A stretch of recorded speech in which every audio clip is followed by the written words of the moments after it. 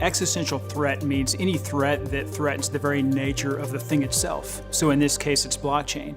Let me give you a few examples. One is the so-called majority attack, where a single malicious actor may have all of the processing power or mining capability across an entire network, in this case a blockchain, and is able to verify or validate things that actually didn't happen. So in other words, the execution of a smart contract or the double payment for the same cryptocurrency asset.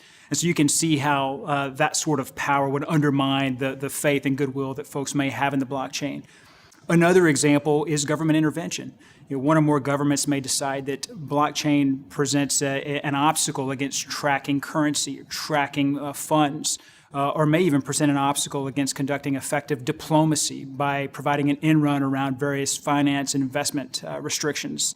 Another threat that comes to mind surrounds the cryptography involved with blockchain.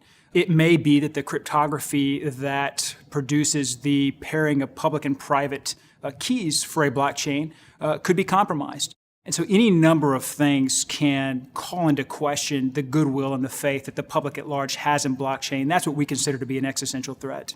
Ordinary threats, rather than undermine the credibility of the blockchain itself, really target one participant or one actor on the blockchain.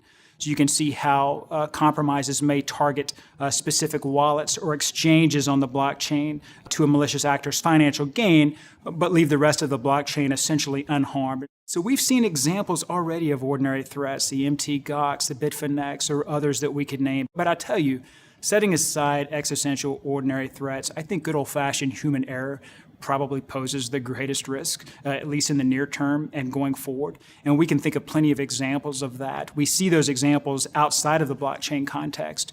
And so if you can imagine an individual, either innocently or maliciously, creates a list of personal information, PII, PHI, NPI, use your favorite acronym here, but then makes that information public via the blockchain, that creates a breach or a compromise that might very well lead to legal compliance obligations.